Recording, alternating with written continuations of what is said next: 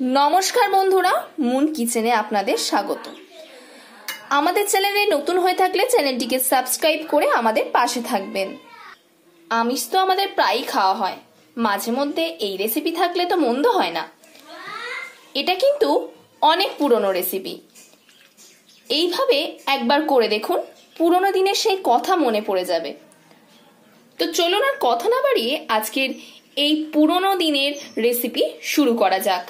এখানে কলমি শাক নিয়ে নিয়েছি, দেখুন কি সুন্দর টাটকা কলমি শাক। দেখুন এই শাকগুলোকে কেটে নেওয়া যাক।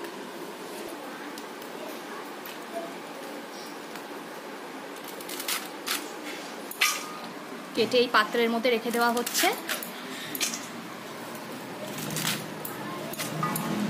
এইভাবে সব শাকগুলোকে কেটে নেব। সব শাকগুলো কেটে নেওয়া হয়ে গেছে, এবার ধুয়ে নেব। শাকটা ভালো করে পরিষ্কার করে ধুয়ে নিয়েছি। আলু কেটে নিয়েছি, একটা বড় সাইজের আলু গোটা গোটা করে। আর বড়ি নিয়ে নিয়েছি, 4 কোয়া রসুন এরকম ছোট ছোট টুকরে কেটে নিয়েছি। দেখুন একদম কুচিয়ে নিয়েছি। আর একটা বড় সাইজের পেঁয়াজ কুচিয়ে নিয়েছি। মা মা মা আমার একটা বড়ি ভাজা দেবে মা? হ্যাঁ দেবো, ভাজি দেবো। একটা কড়া গরম হতে বসিয়ে দিয়েছি। কড়াটা আমার গরম হয়ে গেছে। এতে দিয়ে দেবো সাদা তেল বড়ি ভাজার জন্য। দেখুন পুনম এখানে বসে বসে কাঁচা পেঁয়াজ খাওয়া আরম্ভ করে দিয়েছে।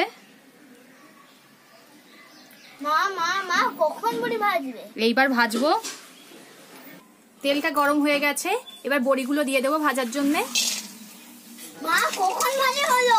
এই ভাজা হয়ে যাবে, এক্ষুনি হয়ে যাবে। পুনম বড়ি ভাজা খাওয়ার জন্য পাগল হয়ে যাচ্ছে। ভাজা হয়ে গেছে, এবার তুলে নেব।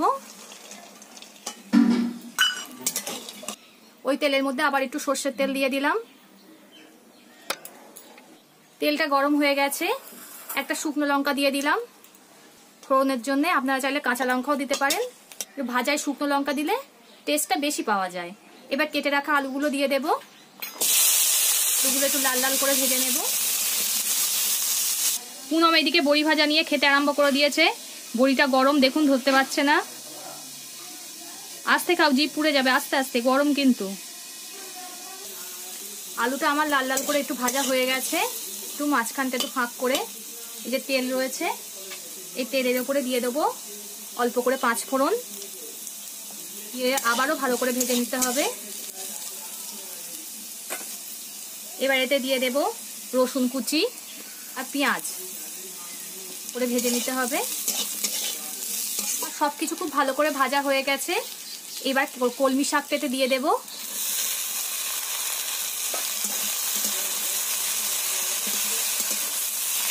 শাকটা খুব ভালো করে আলুর সঙ্গে কষিয়ে নেব। এতে দিয়ে দেব স্বাদ মতো লবণ, গুঁড়ো।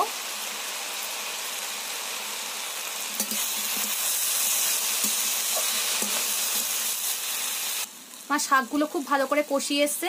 এতে দিয়ে দেব ছোট চামচের হাফ চামচ জিরে গুঁড়ো। এবার এতে ভেজে রাখা বড়িগুলো দিয়ে দেব। আপনারা তো কলমি শাকের অনেক রেসিপি খেয়েছেন, ঠিক এইভাবে একবার বানিয়ে দেখবেন, দারুণ লাগে খেতে। আমার সবকিছু খুব ভালো করে কষানো হয়ে গেছে। দেখুন একটা মাখো মাখো ভাব চলে এসছে। এবার এতে দিয়ে দিতে হবে অল্প করে জল। জলটা অল্পই দেব। এবার একটু ফুটতে দেব। আমার প্রায় হয়ে এসছে। এতে দিয়ে দেব 4 চামচের 1 চামচ চিনি। শাকে একটু চিনি না দিলে ভালো লাগে না। মিষ্টিটা আপনারা আপনাদের স্বাদ মতো দিয়ে নেবেন। আমার হয়ে গেছে, নামিয়ে নেব। নামানোর আগে ঠিক এরকম ভাবে একটু খুন্তি দিয়ে একটু এরকম ভাবে ঘেঁটে দিতে হবে। আমার হয়ে গেছে, নামিয়ে নেব। এই কলমি শাকের ভিডিওটা আপনাদের কেমন লাগলো কমেন্টে অবশ্যই জানাবেন। আর হ্যাঁ, আমার চ্যানেলে নতুন হয়ে থাকলে চ্যানেলটিকে সাবস্ক্রাইব করে আমার পাশে থাকবেন। পরবর্তী ভিডিওতে আপনাদের সঙ্গে আবার দেখা হচ্ছে।